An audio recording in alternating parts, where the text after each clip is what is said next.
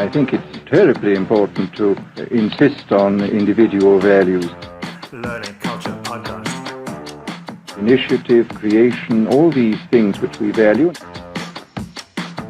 Now possible to make organizations on a larger scale than was ever possible before. Learning Culture Podcast. Teach people to analyze the kind of things that are said to them.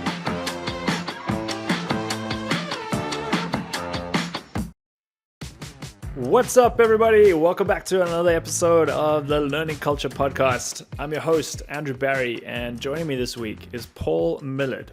Paul is the author of a new book called The Pathless Path.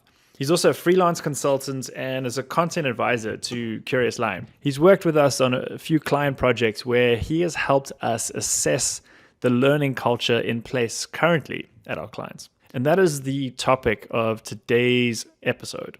Paul spent more than a decade at companies like GE, McKinsey, and BCG as an organizational consultant. He now continues to do that work as a freelance consultant, and he spent a lot of time focusing on organizational culture, assessing it, shaping it, cultivating it, and that's what we get into today. A lot of this conversation draws on the writings and ideas of Edgar Schein, one of the most impressive thinkers on organizational culture from the late 80s and early 90s. In this episode, you'll learn what organizational culture is, how culture is the result of the behavior of individuals, and not the other way around, how culture doesn't exist unless a group owns it, how the initial founding and early stages of a company are absolutely pivotal for establishing the right culture, how a culture emerges and solidifies through positive problem solving and anxiety avoidance, how cultural strength comes from the stability of group membership and the length and intensity of shared experiences, and finally, how culture and learning are inextricably linked, and why we at Curious Lion believe that learning culture is incredibly important to cultivate. You'll leave this episode knowing what role you can play in establishing and cultivating the culture you want to see at your company. So please sit back and enjoy my episode with Paul Millard. What's up, Paul? Welcome to the show. Excited to be here, Andrew, and excited to go deeper around organizational culture and this stuff. We've had many fun combos. Yeah, you and I have gone back and forth. I think our Telegram chat is just like a constant sharing of links to articles about Edgar Schein and Peter Singer and all these great luminaries from the 80s, early 90s, right? And I think one of the things that jumps out from our conversations is how we'll get into your background now, but you worked as an organizational consultant for a lot of big firms. You've done this work for a long time, but you found a lot of people don't really know who these thinkers and writers were, right? Yeah, a lot of how we think about business is sort of just paying attention to what other people think and do in business. And a lot of people just don't really take the time to go to sort of the thinkers that have thought incredibly deeply about this. Mm-hmm. I'm lazy, so I like to take those shortcuts and just figure out what people smarter than me have already figured out.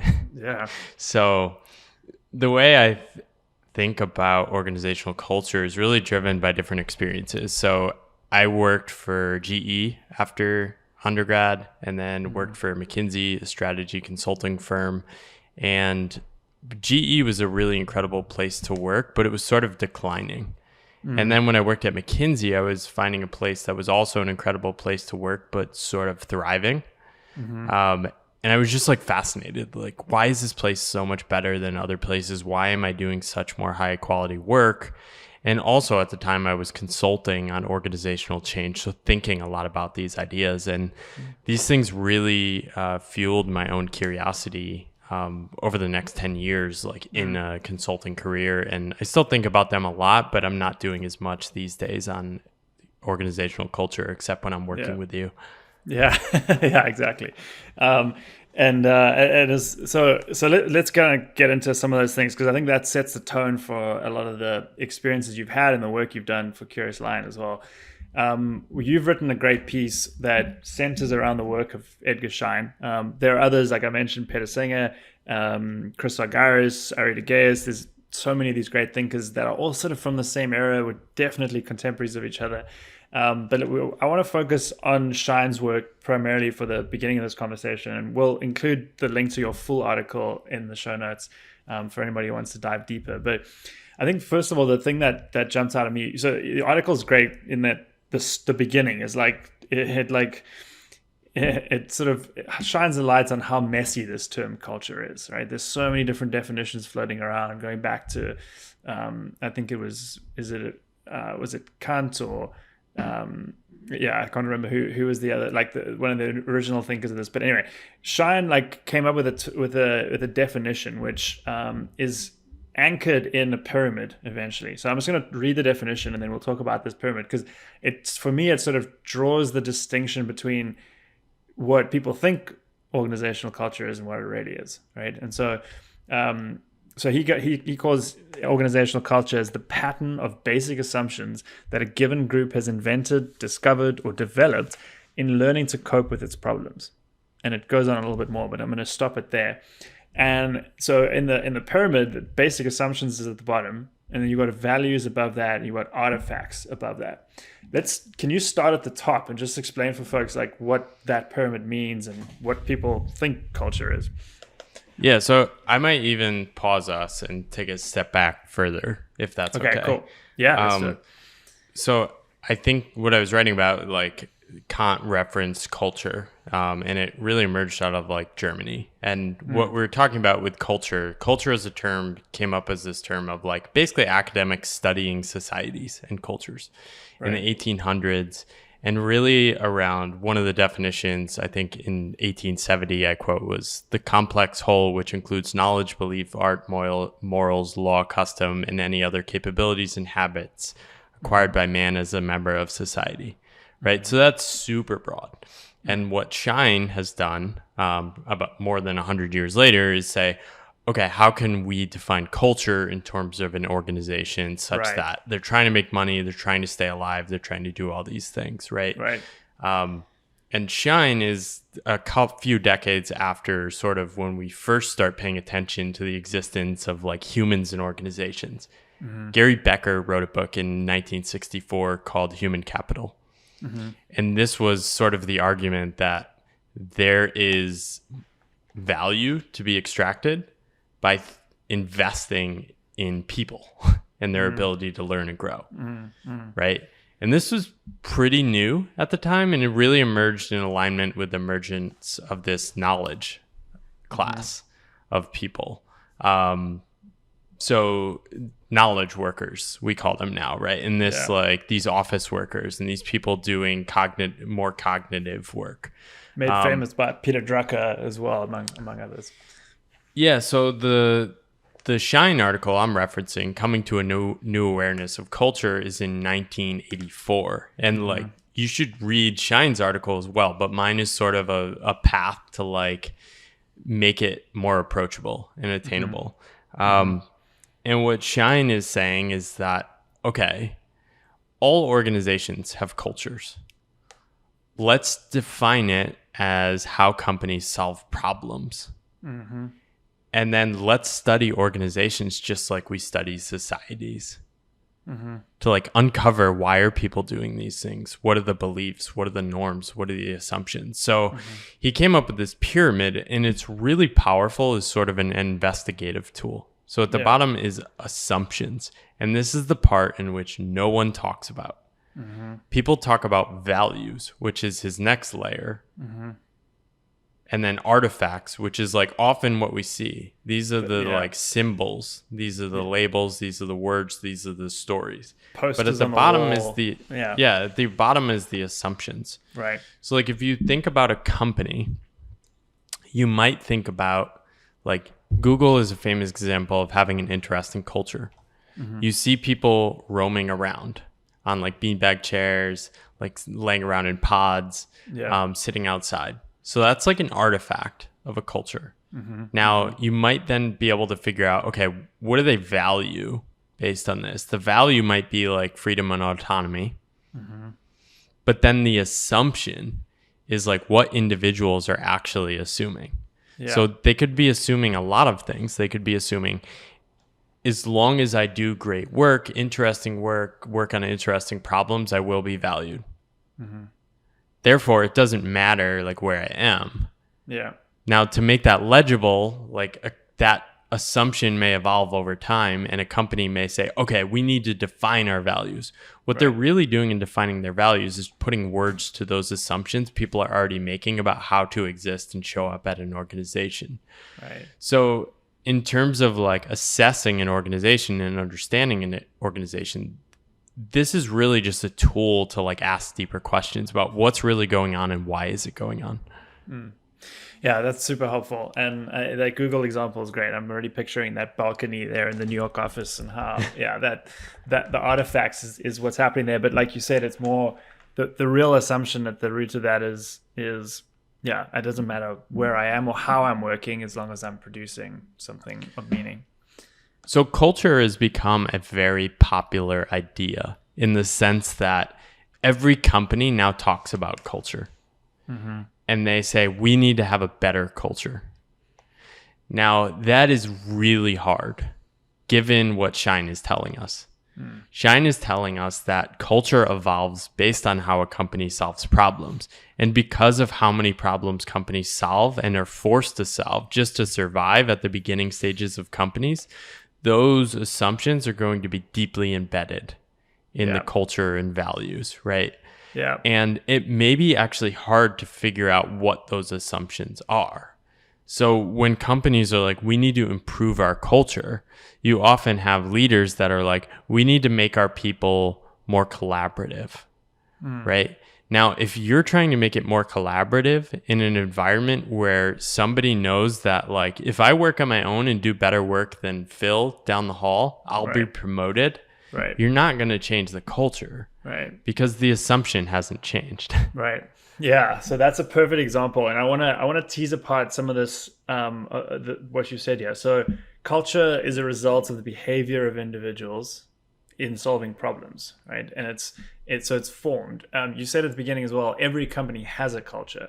And by the way, this podcast is called the Learning Culture Podcast. So we're going to get into the learning elements of it but I think it's helpful to start as just culture as a broad term. So culture already exists. It's already there. You can't build a culture, right? You can shape one, you can cultivate one. So let's talk about that for a minute, because I think it was quite helpful in your article. You talk about how culture emerges and solidifies, right? And it's this interaction of people.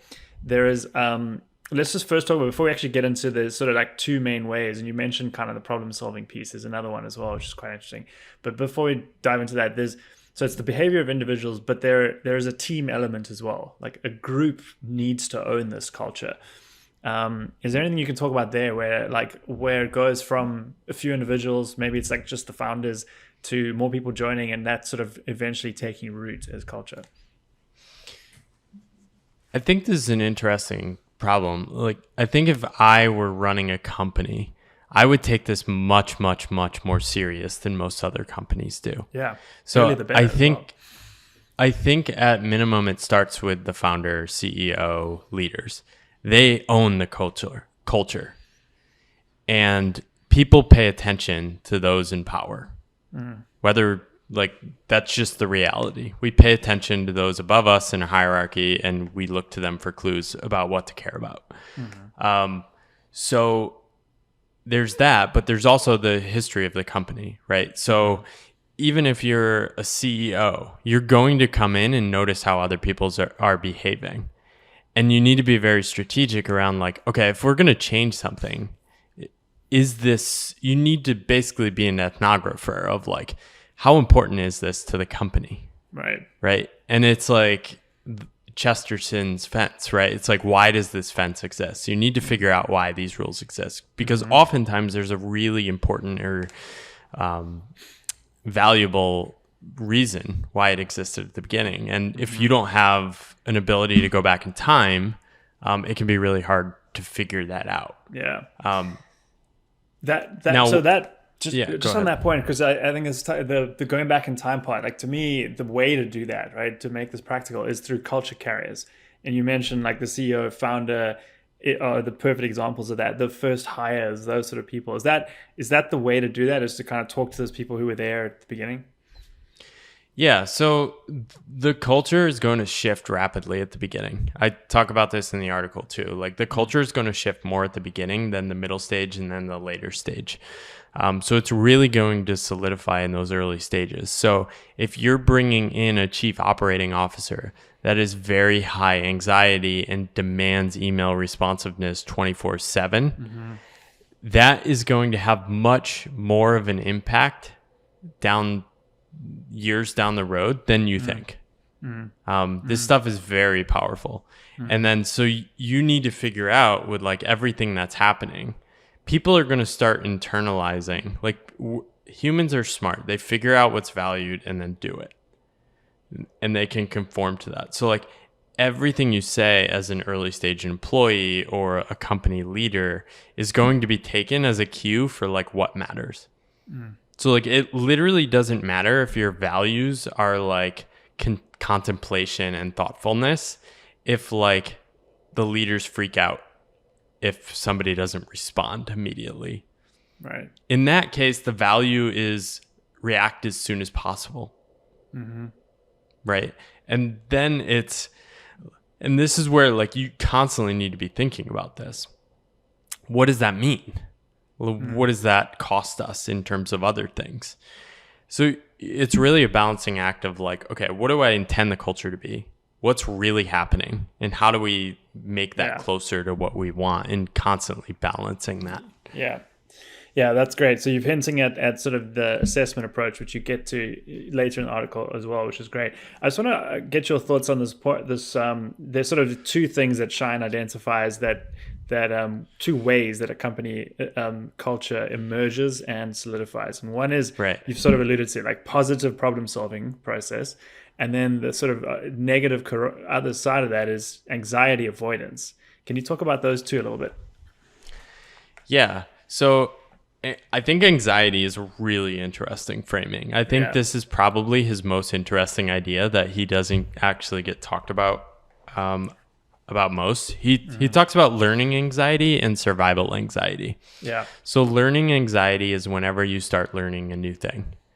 You feel like an idiot. You know you're not good at it. You feel like you want to be good at it, and you just want to run away and hide, and you don't want to be in that vulnerable state. We all have this to some degree. Part of why I like my current path of like self-employment is like it forces me to grapple with that, and I constantly need to learn new things. Now I'm like, oh, I'm supposed to feel like an idiot, and that means I'm on the right path. Right. But often in jobs, when people experience this, they will run in the opposite direction. And especially if leaders are doing this, people underneath them will get the clue that like, okay, I shouldn't investigate new ways of figuring things out because I don't want to stress out the leader. Schein says the thing that can override this is survival anxiety. And this is really the core idea behind a learning culture, which is that if we don't learn this, I'll get fired.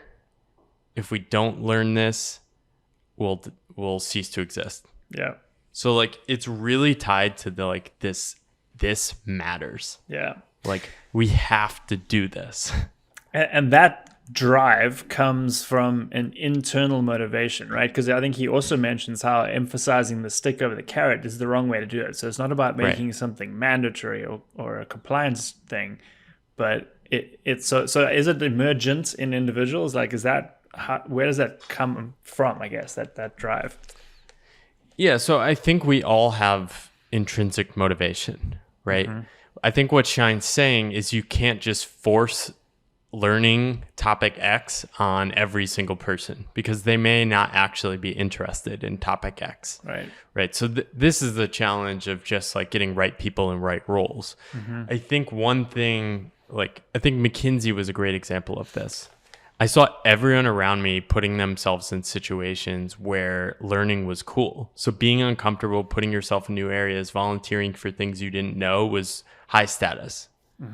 So like that's a cultural aspect where like, okay, I can change my assumptions that it's okay to feel like a fool. Yeah. Whereas in a lot of companies, if you kind of do things that look silly and you fail, Paul failed at that. Like we can't have them do that again. Yeah, you get a black mark. McKinsey was like, oh, this person tried this and it was like an impressive effort. It's not a fit for him, but like, yes, this is something we value. We're going to reward it in performance assessments. We're going to praise him in a meeting. Right. The key is like, how do you figure out what's actually aligned with individuals? And this is where like specific managers can think about, like, stop thinking in terms of like, we need to do this kind of work. You need to start with the people and be like, okay, what are these person's competencies, capacities, yearnings to grow in certain areas, and how can we lean into that? Because if you're sort of saying like, okay, we're going to die if everyone doesn't learn X, you're going to invoke learning anxiety, which is like, I don't want to feel like a fool. I don't want to fail in front of my boss. Right. You need to create the conditions of like a safe environment for people to fail, but in ways they actually care about. Yeah. And this is like everything of a learning culture. This is incredibly hard. Most managers are not good at this. Yeah. So this is brilliant because it ties together a few pieces that I think are important that are in our frameworks as well. There's the one I think, so alignment is the first thing that comes to mind. You have to get people aligned, but you can't force people into alignment. It has to connect to their personal meaning and I think your idea of the right people in the right roles is key, right? So they feel like they are growing their careers, and therefore by furthering the business through that role. And so then there's alignment in what needs to be learned to be able to do that, to be able to survive and thrive. And then the other concept that I think is important is shared visions, and how, and Senga talks about this a lot, and how shared visions stem from personal visions. And so you can't, like, a vision, like, and I know you write about this a lot, like vision statements from companies are often total bullshit, because they're like, a bunch of consultants come in, or maybe it's just the leadership team and they make up some stuff. But the best shared visions are those that are often the simplest, but also that come from the people, right? That like, so it's by listening to people and what their visions are and sort of assimilating that into a shared direction. Well, the problem with the visions is not that people don't want them to be true and they're not like true in some sense of like, yeah, we would like to end up here.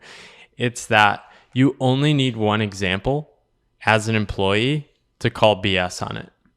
Right. So like, if you're like, we care about like the environment so much, all you need is one example where at the margin you see people make a decision where that is not actually true, and you're like, this is nonsense, right? Yeah. And it might be interesting on the values. Like, I think he makes a really interesting claim by like calling out like outward bound programs. I could just read the quote because I think it's good. Actually pretty interesting. Yeah. Do that. Consider something as ostensibly innocuous as the learning that is supposed to take place at the offsite meetings and outward bound programs that many companies now sponsor. These companies force their employees to climb trees all day and then reveal personal stuff to one another at night, right? So like the idea that managers are starting with this is like, you need to get people out of their comfort zone. Yeah.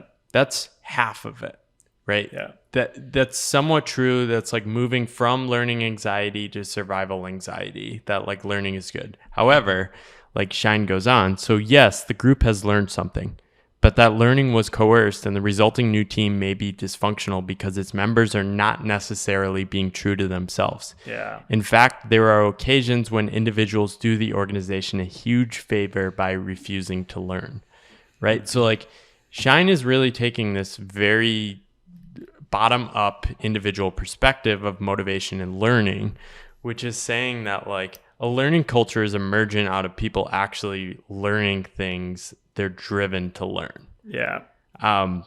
So it's not shifting people into a new state. It's connecting with people's actually inherent motivation. Exactly. And values. Exactly. To get better, which most people have. Most people want to be challenged. Yep. Most people don't want comfortable, lazy jobs. This is why people quit high-paying jobs where they're barely working. Yeah. They want to be pushed. They want to grow. They want to change. And I think we're seeing more and more of that type of stuff, thanks in part to books like yours, which is fantastic, which we'll come back to. But no, but there's a growing trend of that, which is great. And I think you've nailed that point there. The mechanism, I feel like, for that process of it being emergent through and not coerced is Schein mentions this when he defines cultural strength. And it's the second part of it. One is the homogeneity and stability of group membership, which I think speaks to the fact that you shouldn't be hiring 50 different people every single week and like growing like crazy. You need to create some sort of stability to that group. But to me, the second one is where we really lean into from a learning culture perspective, and that is the length and intensity of shared experiences. And so it's not these out-and-about programs where you get a bunch of people to go row on a lake and climb a tree, but it's shared experiences to me, like goes back to the problem solving, like bringing people together to talk through problems and just work and learn at the same time. That I think is so important. Do you want to speak to that? Yeah, and this can happen even in elements of companies, right? If a company starts a new division or a new role, or like they're just a small company, they're inevitably going to face some sort of problem. Mm-hmm. And people are going to need to rally around that and solve the problem. Now, the interesting thing is like, this is why it's so important to like have somebody in the organization that understands Schein's framework and can be the person that's like observing this happen and being like, okay, what's happening here? How are people making decisions? Or in that environment, inject the wisdom, right? And say like, okay, I don't know how we're going to get to the finish line and solve this, but like, here's how I think about solving this, right? No matter what we do, we always need to put the customer first, right? Put the customer first is like very vague, but like then you can bring that alive. And like what I mean by that is like anything up to $10,000, no questions asked, we do it for the client. Right. If we need to hire contractors, we hire them to bring them in. Right. Right.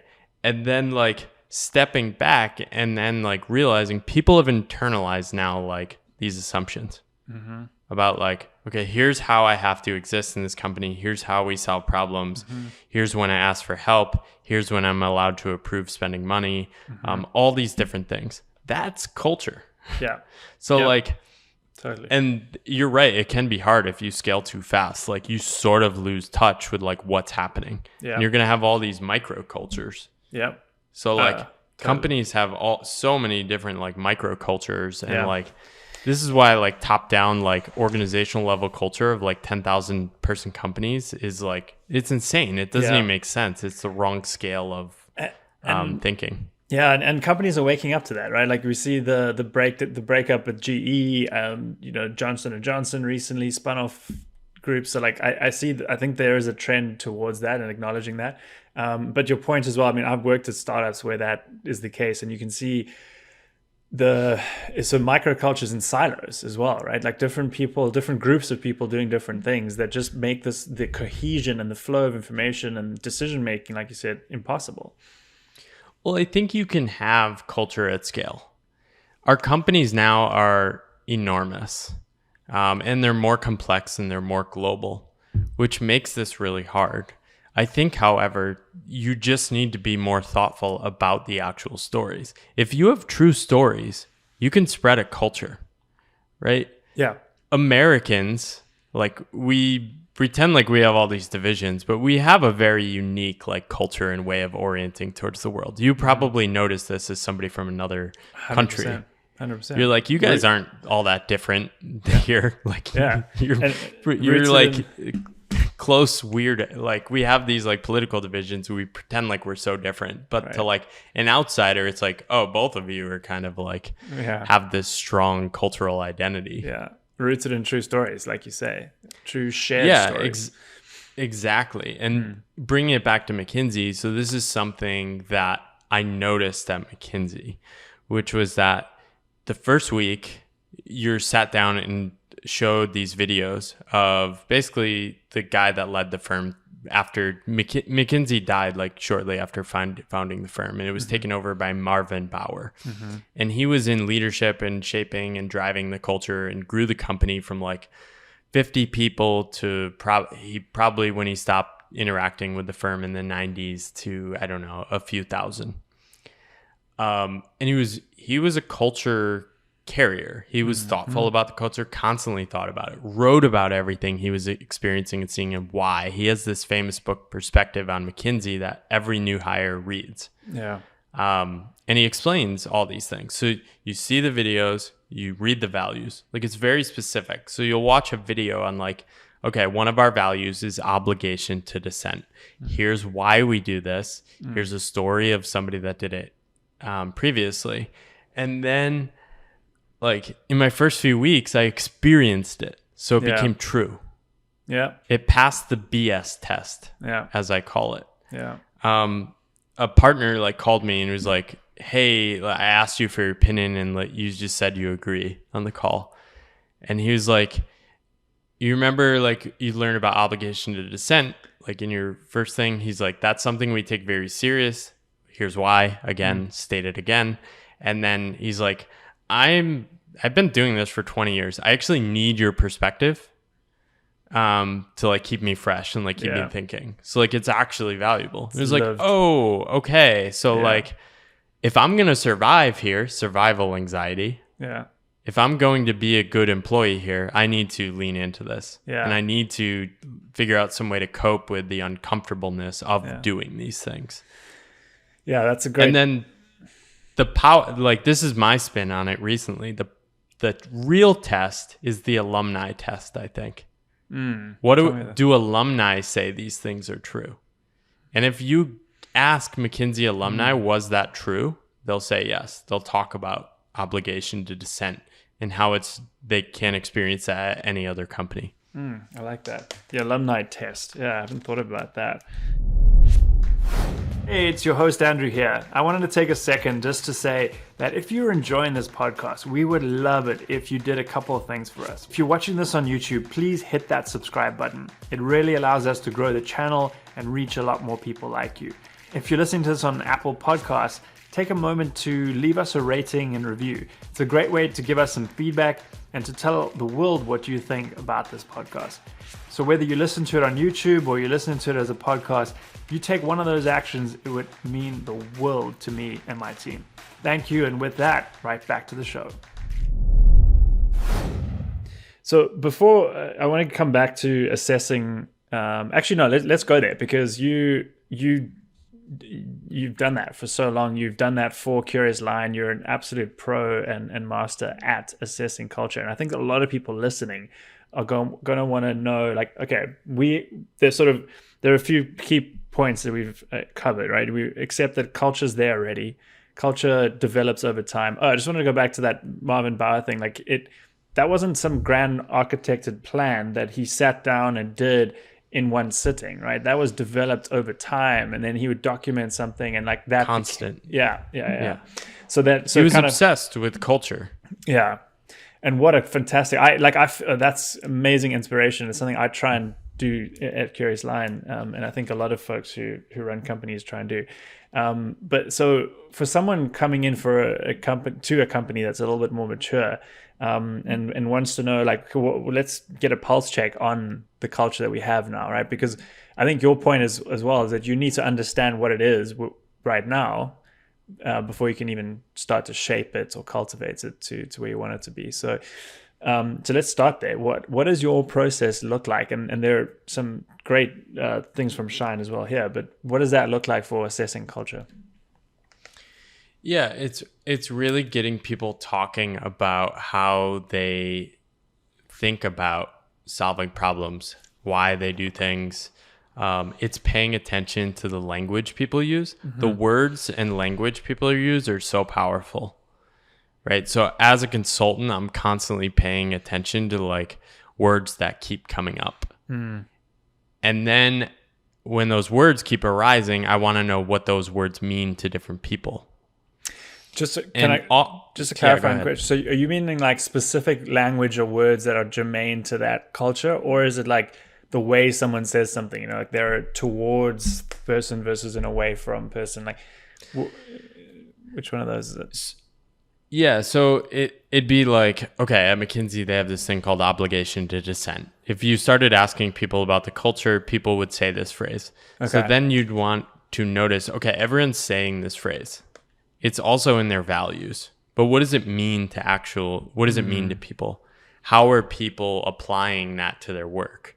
So then you'd ask somebody like, okay, if you're starting a new project, how would you think about integrating obligation to dissent into your project? Right. And that is bringing alive the assumptions people have. The assumptions about like how to apply it, why it matters, and all these things. Right. And then, I mean, as a consultant, you're doing a number of different things too. Like you're trying to like navigate like what would actually be like best in the world for this company to do, and like what is realistic for them to do too. So you're trying to take like what they already have, shared like artifacts like words, phrases, ideas, and like build upon those, but then like add depth to them. So like if a company says we value speed, figure out what that means. Yeah. And then like, what are the trade-offs? Yeah. Right. So it's one thing to say we value speed and putting the customer first and putting our employees first. But if you have a decision to make of putting your customer first and reacting fast, but burning out your employees, what decision will be made? Yeah. And why? Yeah. That's the culture. Yeah. That's the culture. Yeah. Yeah, I think that's an interesting idea of sort of looking at, I actually want to almost do this experiment and look at a bunch of stated stated cultures of companies and see where are the sort of inherent trade-offs that they're going to clearly run into, because there's always going to be some that will run into conflict with the others. Yeah, there's this essay or this research on MIT Sloan Review that like looked at all these different companies, and they all like use the same words. The number one word was like integrity. Yeah. Right. That's like boilerplate because like nobody wants to like draw attention for not having integrity. Right. But integrity doesn't mean anything. Yeah, that's like an artifact of like your vision statement is like the artifact. We care about integrity. Okay. It needs context. Yeah. Yeah. What do you value? Yeah. Okay, we value doing the right thing. That's what we claim. Yeah. Okay. Now let's find an example of like when people had to do the right thing. What did they actually do and why? Yeah, this is, I'm thinking back to some of the calls that you've done with clients of ours, and you actually share some of these questions in the piece as well. And just for folks listening, just more examples of this, like to really, because you're getting to, you're also reminding me here of Gaius's work.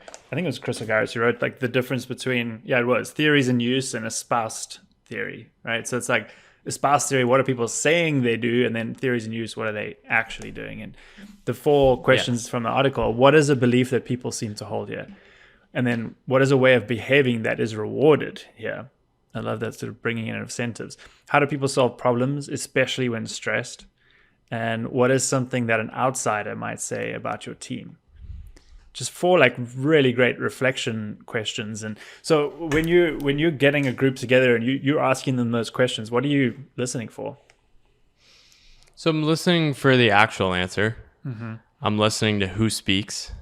I'm listening to how people speak about it. Are they frazzled? Are they stressed? Are they angry? Are they upset? Do you sense like resentment?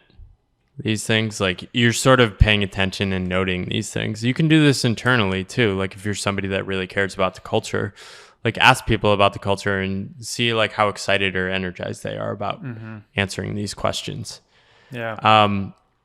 And then, it's really paying attention to like the answer behind the answer. Yeah. So a lot of people have like stock answers, especially when it comes to like culture, how we do things. They'll tell you what they should, or like what they think they're supposed to say. So like, especially when you talk to senior leaders about their teams, they have a hard time talking about what the teams actually do. They'll say like, well, I want our team to operate with grit and resilience and like passion. It's like, okay, well, if a client calls them at 9 a.m. this morning and demands that they like lower the price, what do you want them to do? Yeah, And what does all that mean? How do you exactly? How should they feel about that? Should they feel stressed because if they bring that issue up to their manager, they'll get reprimanded? Will they know how to problem solve it? Will they know that like collaborating with others will get rewarded? So it's really sort of like an obsession around these things. I love thinking about these things, which is why like I did a lot of organizational culture work in consulting. I could just go on and like hyper analyze all the different ways people are thinking about it and like how the system comes together. And then the other thing is like you're analyzing individuals, but then like group behavior is totally different than individual behavior. So like a lot of times like top down company leaders are thinking about, as a group we want to think about this. But like all the incentives of the company are designed individually. Yeah, and everyone's moving in different directions. So like we value solving a client's problems at group level, but then the individual assumes if I drop the ball on helping out my teammate, I will get paid more because I'll focus more on my own problems. Yeah, or that's the like assumption. So the culture is not collaboration. The culture is like get paid. Right. Yeah. Another good example that would be like, so and so, someone else will handle it, right? Like that's sort of like, if that's the assumption, then it's not, supporting the customer at all costs, because then everyone's looking at each other and no one's doing something. Right. The assumption is that if I drop the ball, I will still be okay. Right. So there's no survival anxiety. Yeah. There is only learning anxiety of like, if I have to learn this new way, I'm going to feel uncomfortable and that's annoying.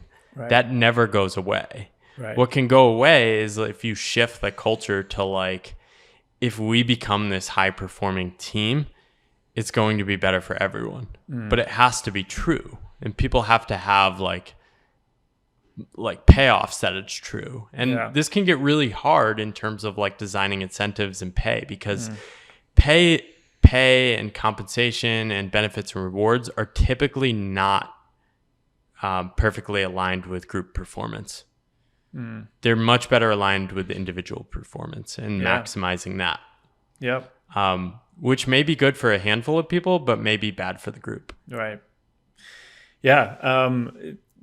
So many challenges with that. I go back to the idea of shared experiences as well as a way to bring people together, because what that does is it develops relationships, deeper relationships between people. Because once you start to have that, you start to trust people, you start to know them, trust them, like them. Collaboration becomes much more natural. This is why context is so important. This is why outward bound doesn't work to bond teams. Right. Because you aren't doing a obstacle course during the day. Yeah, exactly. Right? Yeah. Like people have different talents and skills related to those. So like the person that's like very good at like outdoor stuff is going to like step up and lead people. Yeah. But like if you're doing digital marketing and that person doesn't know anything about digital marketing, it's worthless. Yeah. So like you need to have reps of like real problem solving. And then this is where it can get super powerful, especially early on in a company, if you have these people that are paying attention to culture and reflecting on culture. Hey, like I want the culture to be this, but we did this on this project. I didn't like it. Do you as a team like how everyone responded to? Maybe everyone's like, yeah, none of us want this.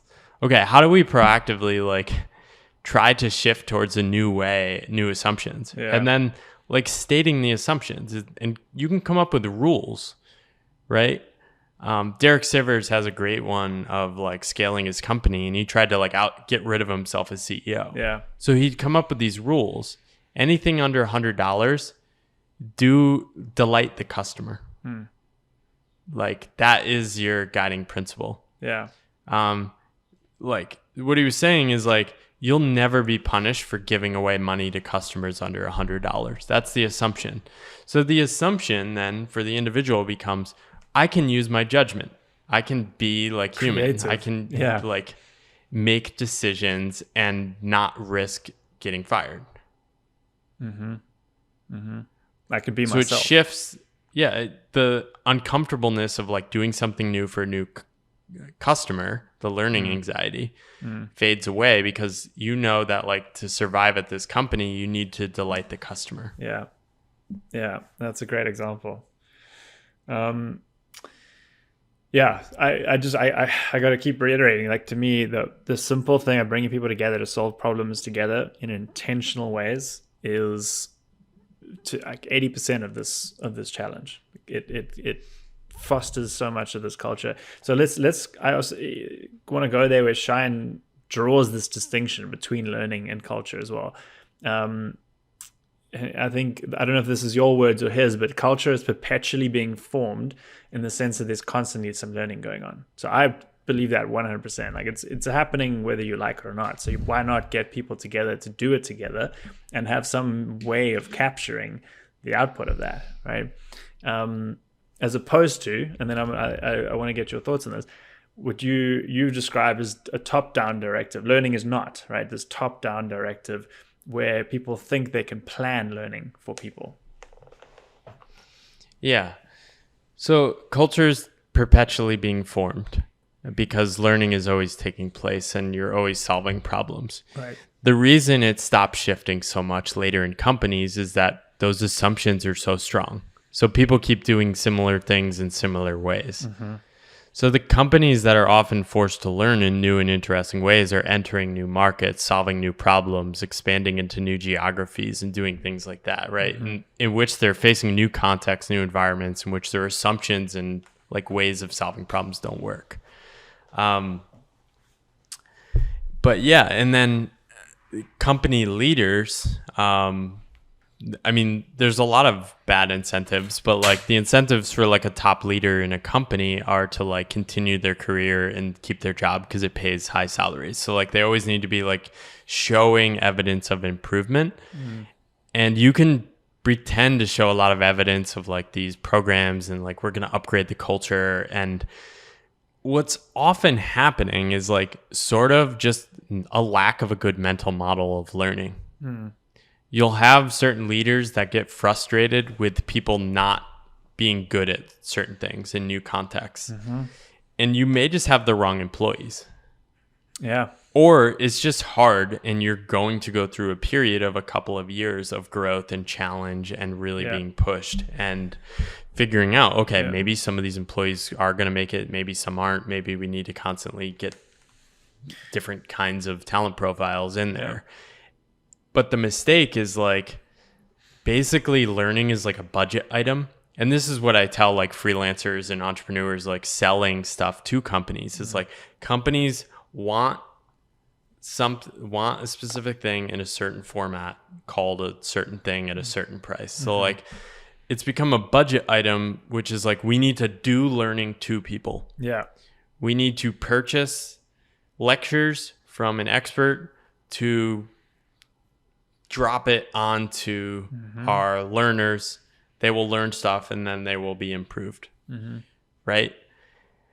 Now you're pushing the limits on this and like trying to push clients to think in new ways about how to do this by like creating simulations of like practicing like solving real problems, having discussions, reflecting on these things. And that can be super powerful. Right. But and there's a culture component to this as well. L&D professionals know, I talk to them. They know that learning doesn't happen delivered by lectures. But the assumption is if I just find someone to deliver lectures and do my job and have all these events I held at the end of the year, I will get promoted. Yeah, it's an easier sign off as well. It's like, oh, we've got Right. this thing. It's like totally. Yeah, I talked to a company last week and they said, we want you to give us lecture materials on strategic thinking. Our team needs to get better at strategic thinking. Right. That just like you tell a consultant that and their mind explodes, right? Because you don't know what problem they're really solving. Yeah. Are they solving the problem of filling a block of time during a planned event? Yeah. Or are they really trying to solve something they're calling strategic thinking? Right. Yeah. Probably the former more than the latter, but I'm always thinking about the latter, which is like, what are you really trying to solve here? And what's the best way to actually do that? Yeah. Yeah, and being part of that diagnosis as well. There's also nothing worse than getting the order, because by that point you've lost, right? In terms of being able to make an impact, at least you probably still win from a budget perspective because they'll keep coming back because it doesn't work. But yeah, so some like sort of perverse, vicious incentives. Yeah, for exactly. Yeah. Good for the freelancer that wants Yeah. to like survive and make a living, but it doesn't feel good. It I don't doesn't feel- enjoy Right. doing that kind of work. And that's exactly what I was gonna ask you, because you have run a lot of successful online courses. You have your own courses on this. You teach people a lot. What have you seen works? How do people actually learn? Yeah, I think this is a hard question. If you have a company which doesn't have a learning culture, I think it is incredibly hard to inject one unless you actually have leaders that care about that. Yeah, I agree. It has to start from- Oftentimes though, the top leaders don't really care in the sense that they're willing to make the changes in their own approach. Right? It's like, I want my team, often it starts with like, I want my team to get like better at X. It just also happens that X is like a pet peeve of that leader. It just annoys them. And they don't want to see it. And they're just trying to like get rid of their own learning anxiety. Yeah. So it's like this short-circuited learning Yeah. transformation. Yeah, that's coming from top This is down. this is why it's so important in the early stages. In who you hire, Yeah. what you're reinforcing, what you're rewarding, what you're actually valuing. Yeah. But I think companies are being forced to learn in new ways because the nature of work is changing. So this actually opens up a really interesting opportunity as companies start working remotely. We've basically been remote working for the past 20 years. Right. It's just that people sat in offices in the same building. Yeah. It's still. But like Yeah. everyone was on like audio calls and video calls like 100%. with people in the same office. We were 100%. already remote working. Right. It's just now the tools are starting to exist that are changing the context. So the context change is a really interesting opportunity to like start thinking about the assumptions people are going to use. So if the assumption is I need to show a green dot on my Slack 40 hours a week, that is going to drive a certain type of culture. If the assumption is I need to do incredible work and I need to get output. iterative rounds of feedback and I will be praised and rewarded for doing that, the outcome is a culture that's going to value like incredible work. Yeah. And may not value like time at desk Right. or like availability. Right. Right. And similarly, like if higher ranking person emails people and demands responsiveness in under 30 minutes, that creates a certain amount of culture. And that may be good for the senior executive because they don't like to wait and they're trying to like schedule their day, but it may create all these perverse incentives and unintended consequences in the rest of the organization. Yeah, so I think for me, like one of the big takeaways here is being, and what I've learned from you is being able to assess that culture and pay attention to it. pay attention to the consequences of things that you're doing, that you're instilling in people through behavior, and specifically behavior around how problems get solved. Because that's ultimately what business is, right? There's always going to be a problem, and how you solve them is really what moves it forward. Yeah. So I did work with you.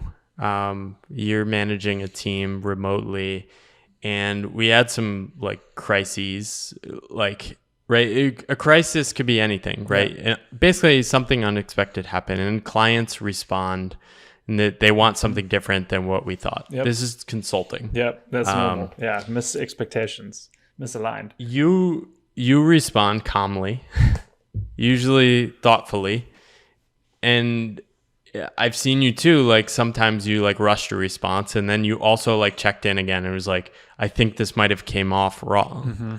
Right? Yeah. And like I just want to be like, I was probably reacting, and like, so you're very aware of these things. But the assumption people are going to take is that like, if we screw up, it's okay. Yeah. We can recover. Yeah. Andrew won't, like, the assumption is literally like, Andrew is not going to like fire me or like lose his stuff. Yeah. Like he's been there before. He's a pro. He's going to help us like figure it out. And he's also going to like step in to help us solve the problem. That's really powerful. Yeah. Yeah. I appreciate you noticing in that and calling that out. I think for me, the biggest takeaway there for folks listening is that you, the individual listening to this now, responsible for enabling others and developing others, set so much of the tone for the rest of this. And actually, if I look at some of our best clients who have phenomenal cultures, one comes to mind that's been our client forever. She is an absolute rock star at this and lives this day in and day out, is the biggest advocate of her team, the biggest coach and mentor of the people that work for her. And it's no wonder that company is one of the best cultures I've ever seen. So for me, that's probably the biggest point here, right? Is that everyone is responsible for it. And those that have the responsibility for enablement should really take that to heart. Yeah, and I think there's an opportunity, especially for early teams, to talk way more about culture. And make it everyone's responsibility. So like, make everyone read Schein's original article. Yeah. And then like talk about that once a week. Yeah. And be like, okay, what are we noticing emerge? Especially like as soon as you start like scaling at a much faster rate than like, I think if you're hiring like one person every so on, like this is fine. But if you hire a bunch of people at once, it's going to be chaos, because what you're really hiring is assumptions from other organizations, personal ambitions, dark tendencies of like greed, competitiveness, fierceness, judgment, and like all these like tendencies, which like people don't know how to like map on, and like, if you don't talk about these and cultivate them, you're going to have like the strongest personalities basically win out and dominate. Yeah, exactly. It's about being intentional in assimilating those things, because that'll come, right? You want people to be themselves and bring their whole selves. And so you want the whole bundle. But if you're not intentional about assimilating and going back to all the stuff we've talked about, developing that cultural strength and seeing it emerge and solidify over time, you have to be intentional about that. Yeah. Well, Paul, this is, I think, a good time to call to a close a fantastic discussion here about culture. We've said at the top of the episode, we talked about this a lot, you and I, and this still exceeded my expectations. I learned a ton just from this conversation, and I have so many ideas. One of which is I'm going to be sending your article, talking about Schein's article, to our teams and to my team and to our clients, because I think this should be baked into a lot of the work we're doing with them. And I love that idea of just having them read this and then just get together and talk about what it means to them. I love it. Yeah. So I just want to thank you for your time today and coming to share these ideas with us. As I mentioned during this episode, you've got an incredible book out called The Pathless Path, which I think it's not about organizational culture, but a lot of the themes we talked about today are in this book. And I think it's a trend that's happening, whether people like it or not. And you've done one of the best jobs I've seen of describing what that trend is. So I'm going to include that in the show notes as well. Is there anything else you'd encourage folks to check out who want to learn more about your work? That's it. Like, I'm just pumped about what you're doing. I would encourage people to go back to like seminal texts. There's so much good stuff written about this. Edgar Schein has great stuff written in the 80s. Peter Senge has great stuff written about this. There's many more sources. You've written about a lot of them. Go back to those. They're way more digestible than you think. Self-determination theory, other things like that. Yeah. And yeah. Awesome. Cool. Paul, thanks, man. We're going to have to do this again. Hello. I hope you enjoyed that episode. It's Andrew again with a quick message. If you'd like to support the show, the best way to do that is to leave us ratings and reviews where you listened. If you're on YouTube, hit the like and subscribe buttons and feel free to leave a comment. We love hearing from our listeners and viewers. If you're listening to this on Apple Podcasts, please take the time to give us a rating and leave a review. Once again, we love hearing from our loyal listeners. If you're listening to this on Spotify, please hit the follow button to make sure that you don't miss new episodes as they come out. And as a reminder, this episode is sponsored by the Learning Culture Experience, a first of its kind cohort-based learning experience for learning professionals, in which you will join a community of 50 other innovative learning professionals designing and developing cohort learning experiences that you can roll out in your companies. To find out more about the program and when the next cohort is starting, check out curiouslion.cloud/experience. See you next week for another episode of the Learning Culture Podcast. Thank you for listening.